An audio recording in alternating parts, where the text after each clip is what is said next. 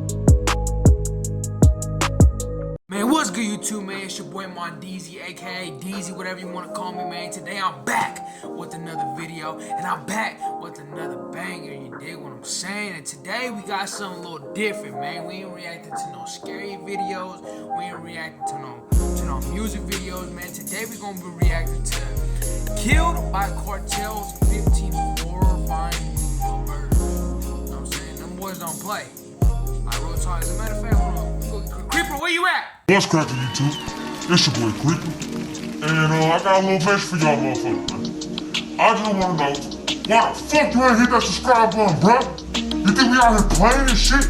We ain't playing no games. You don't hit that subscribe button, you don't hit that like button, and share with your friends, and share with your family, share with your granny, share with your dog, share with your cat, your squirrel, your turtle. Oh yeah, it's raps. We're really coming for y'all motherfuckers, man. No games! So you better hit that subscribe button, hit that like button, or it's gonna be us. I ain't playing no more. Like real talk. They call me Creeper for a reason, homeboy. And I'm really coming at y'all. You dig what I'm saying? But y'all know for real. Make sure y'all hit the subscribe button and the like button. Share with your friends, share with your granny. You know what I'm saying? Grandpa, your dog, your cat. You know what I'm saying? Damn, this mask, whew, boy. I can barely breathe this motherfucker, man. I only get paid $1 an hour for this shit. Alright, DZ, you go ahead and come back, man. Shit. Damn. Y'all heard that, man, bro. You know what I'm saying? We ain't playing no games out here, man. Make sure you go ahead and hit that subscribe button, that like button. Share with your granny, your uncle, your aunt, your cousin, anybody, man. Share with your damn turtle if you got one, bro. Make a little YouTube channel for that motherfucker and go ahead and subscribe to that a little bit. You know what I'm saying? Anyway, we're gonna get into this video because we ain't got no time to waste. None of your yip yet. You know what I'm saying? We already let Creeper handle that shit. You feel me? So let's get into it, man. 3, 2, 1, let's get it. This is the only footage I can show you because the rest is too gory for YouTube. Damn. It shows former Cartel members Felix Gomez Garcia and Barnabas Gomez getting beaten and chainsawed to death. Now, these two men worked for the ruthless Sinaloa Cartel. It wasn't a life they chose, but one that poverty forced upon them. For decades, cartels and drug trafficking organizations have killed thousands of Mexicans and displaced millions from their homes. Around 450,000 Mexicans seeking to live above the country's minimum wage are employed by these organizations annually. Felix and Barnabas were also among the few brave ones, as they would smuggle small bricks of cocaine from Mexico to Phoenix, Arizona. And despite the minimal pay of around $21 per shipment, they did their duty diligently until one incident changed everything. June 11th, 2006, Felix Gomez was arrested in Arizona for drug possession and subsequently deported back to Mexico. When he got there, he was reassigned to work with the Sinaloa Cartel splinter group, Nueva Plaza. Felix then teamed up with his uncle, Barnabas Gomez, to work under this group. However, they made the fatal mistake of stealing from their boss, El Cholo, and paid the ultimate price, being killed on camera. With their backs against the wall and their torsos bare, Barnabas was the first to be beheaded with a chainsaw. His blood splashed all over his nephew Felix, who stayed still, knowing the same fate was about to befall him. But in his case, these cartel sicarios decided to step things up because he worked for him the longest. They made sure his death was slow. He looking at y'all like, man, fuck you, bitch. Like, he really don't give a fuck. Like, I could see the gangster in his eye. Either that or he really ain't got shit to do. He ain't finna cry about it. He just finna go ahead and take it like a G. Cause I'm just saying, bro. And painful, they used a machete to cut off his head, but it wasn't quick. It took around 2 minutes, forcing Felix to feel life slowly slipping away before he finally passed on. August 2023, 5 male friends traveled to the Mexican state of Jalisco to attend a festival in the city of Lagos de Moreno, which is known as a hotspot for cartel violence. Unfortunately for them, they would end up getting kidnapped by these cartel hitmen. Authorities mounted a massive search for them, but before they could make any headway, a disturbing video was uploaded on social media. In this video, 4 men who wore the exact same clothing as seen in a photo taken by those 5 kidnapped victims were bound together, surrounded by cartel hitmen. One man, identified to be the 5th victim, was tossed a brick by those hitmen and instructed to smash one of his friends with it. Another victim was released and could be seen on video bludgeoning and decapitating one of his friends. The whole point was to make these 5 friends kill each other. But as bad as that may sound, it wasn't the first time Cartel sicarios would pull off something that heinous. In 2010, the Zetas abducted men from dozens of passenger buses, forcing them to fight each other with sledgehammers. That resulted in over 100 men being killed. Most had their skulls crushed, and many were Central American migrants. And as for those 5 young tourists, their remains were found in this brick and concrete ranch building filled with bloodstains. Authorities would discover that uploaded video had the words Puro MZ watermarked on it, leading them to believe it was a reference to El Mayo Zambada, a top enforcer of the Sinaloa cartel who just got captured in the U.S. And on May 24th, 1993, Mexican Archbishop Posadas Ocampo was caught in a horrifying shootout conducted by the Tijuana cartel hitmen looking for El Chapo. These hitmen were at the Miguel Hidalgo y Costilla Guadalajara International Airport when they received intel from a secret informant that El Chapo was in a car in the parking lot awaiting his flight. These hitmen then charged towards El Chapo's supposed vehicle, blazing every part of it with gunshots to make sure that target was dead, but it just so happened that they targeted the wrong car. Inside wasn't El Chapo, but one of Mexico's most respected clergymen, Archbishop Ocampo. And by the time these hitmen realized it, it was too late. The Archbishop had already been shot 14 times, killing him instantly. And as for El Chapo, he was long gone. But there are a few twists. I need gas money, but I don't get paid You need till gas next money, week. but What get the should I do? fuck on my video, dude. Get the This fuck up out of story. here. Get the First fuck up out of off, here. no one was ever convicted Hold for on, this hold on, murder. hold on. Yo, let me just get my opinion on this shit. Let me just put my opinion out there, bruh. These cartel motherfuckers is not playing. No disrespect, I ain't saying nothing about them, you feel me? Because I know how this shit go. I heard stories, you feel me? And they don't play. You know what I'm saying? Like, they really don't play. They'll come at you no matter where you at. You feel me? And it's just, damn, they came for El Chapo too, bro. Like, I heard stories about El Chapo. I heard he was the baddest. You know what I'm saying? But, hey, man, there's other people out there that's way better, or they're the same type of bad as you, and they gonna come at you with Dre's and automatics. They gonna come at your shit.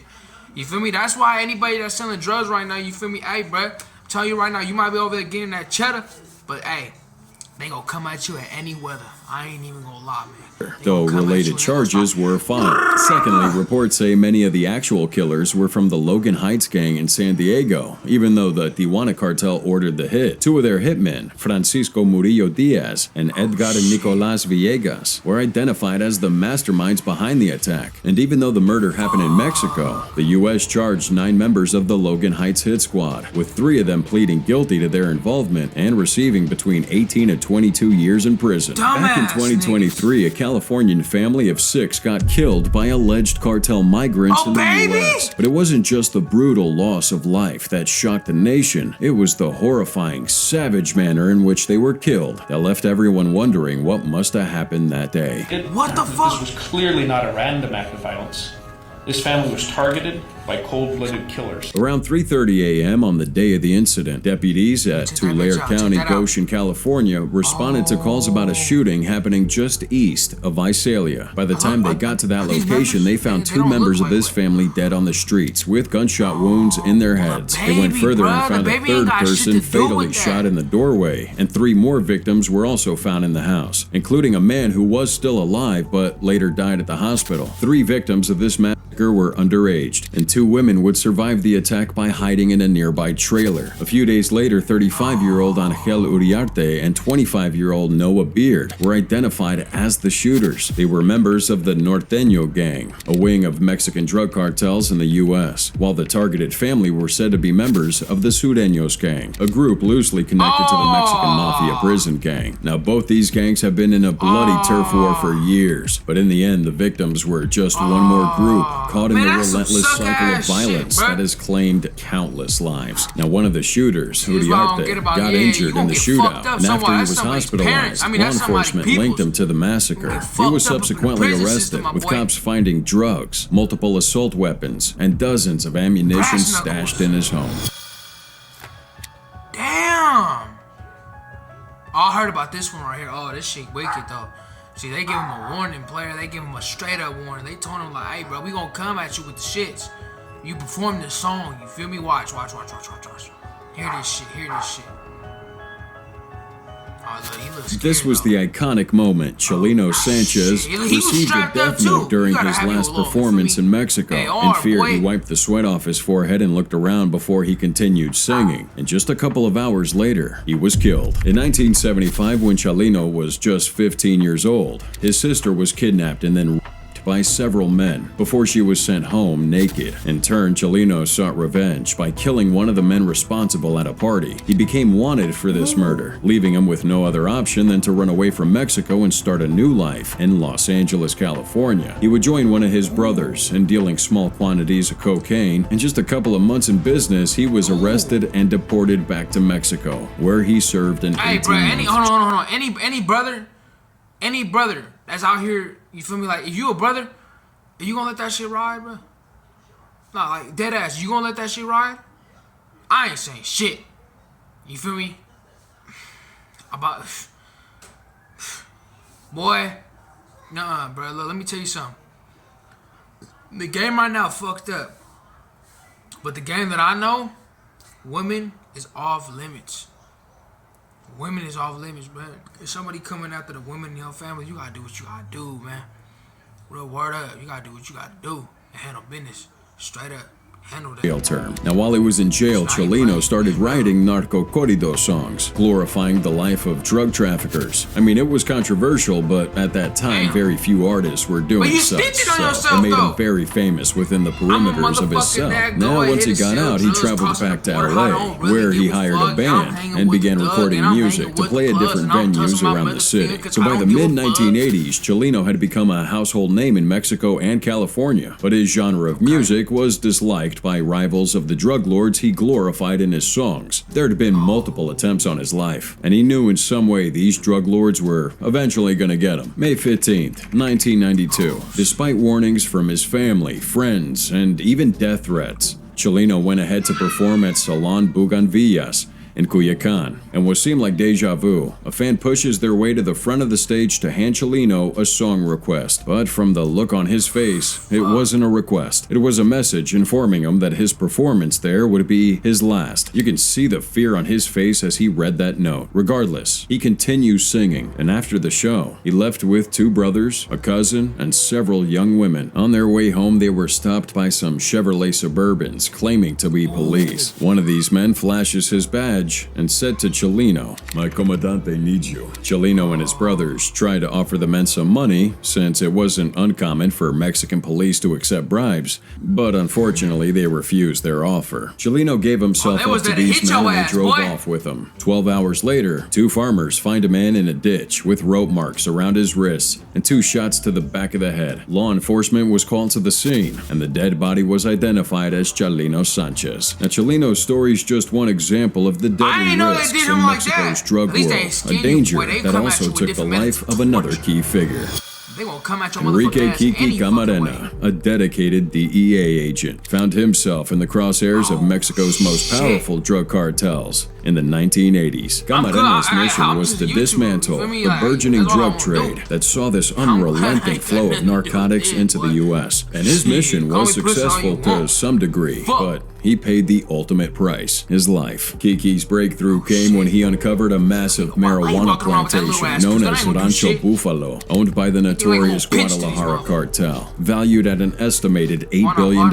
Its destruction dealt a significant blow to the cartel's operations. However, the victory painted a target on his back. The cartel leaders, Miguel Angel Felix Gallardo, Ernesto Fonseca Carrillo, and Rafael Caro Quintero, saw Camarena as this existential threat that needed to be. My friend recently asked me for some money, and I was like, "Why aren't you using your power?" You know what I've been asking recently? For your motherfucking ass to stop coming in my damn videos. February 7th, 1985, Camarena steps out of the U.S. consulate in Guadalajara, heading to meet up with his wife for lunch. But he would never make it because he was abducted in broad daylight by corrupt officials working for the cartel, blindfolded and handcuffed. He was taken to a clandestine location where a grim fate awaited him. Over the next 30 hours, Camarena was subjected to relentless The cartel interrogated him, seeking information on DEA operations and his informants. They would beat him with a tire iron, burned him with cigarettes, and even administered drugs to keep him conscious throughout this harrowing ordeal. He had broken ribs, his skull was crushed, and that's just a few of the numerous other injuries. But even through all that pain, Camarena didn't crack, just proving his courage and toughness to get the job right up until the end. Camarena's body was discovered a month later, buried in a shallow grave. The brutal nature of the death sent shockwaves throughout the DEA and U.S. government, sparking Operation Leyenda, possibly the largest DEA homicide investigation ever. This operation went after the Guadalajara cartel and managed to bring many of its leaders to justice. But it wasn't without a long and tough fight. May 14, 2020, Mexican drug lord Jose Rodrigo Arechega Gamboa, better known as El Chino Antrax, was killed by a Sinaloa cartel hit squad while on house arrest. You see, a few years earlier, Gamboa led an armed group called Los Antrax, providing security for Ismael Zambada. Now, his hit squad became infamous for their brutal killings and unimaginable methods of torture. El Chino would even flaunt his exploits on social media, chasing fame. But his luck ran out in December 2013 when he was arrested at an airport in the Netherlands. Authorities were able to identify him through his flashy Los Antrax diamond ring. So in January 2014, he was extradited to the U.S. to face drug trafficking charges. And after a year of legal battles, Antrax pled guilty in March 2015 and received a surprisingly light sentence of 7 years and 3 months, sparking rumors that he cut a deal with authorities. Even more shocking was when he was placed under house arrest in lesser time, making the Sinaloa cartel not just lose trust in him, but put into motion his assassination. May 6, 2014, while Chino was still serving his sentence, his wife was kidnapped, assaulted, and bludgeoned to death. Authorities later found her lifeless body in her home. Then, once Antrax was granted house arrest, he went to stay with his sister. But one night, while having dinner with his sister and her husband, a Sinaloa hit squad busts in and a fierce firefight erupts, with Chino fighting back with an assault rifle. The shootout lasted until dawn, but when Chino and his sister ran out of ammo, they surrendered and were killed like dogs. The following day, cops found their bodies in a trunk of a black SUV parked at an isolated location. El Chino's assassination tells us that betraying a cartel is one mistake no one ever really comes back from. A mistake that Jose Daniel Gonzalez Calleena also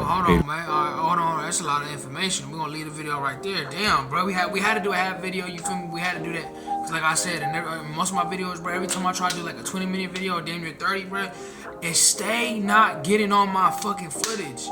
You feel me? It stay not getting my footage, and I'm sick of it. And I'm trying to be consistent with it, and I'm trying to grow.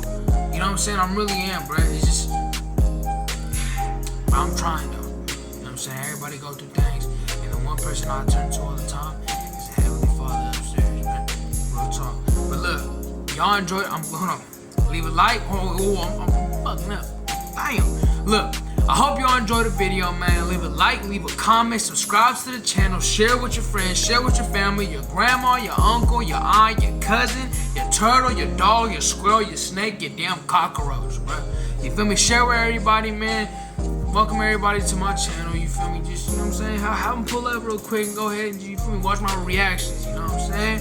But besides that, man, hope everybody having a good old day. Hey, man, finish the day strong. Do what you got to do. Stay motivated. Stay disciplined, man. That's the only way you're going to be able to get this work done. And I'm telling you right now, bro, if you put God first and everything else second, everything going to fall right through. Just go ahead and have faith and just believe in for what you pray for. And everything going to go right. I'm going to see you on the next video. You already know what time it is. Do not forget to go ahead and follow the Twitch. If you don't follow the Twitch, then we're going to have some serious problems. And I'm going to send my boy Creeper. But it is what it is, man. I'm gonna see you on the next video. You did? Yeah.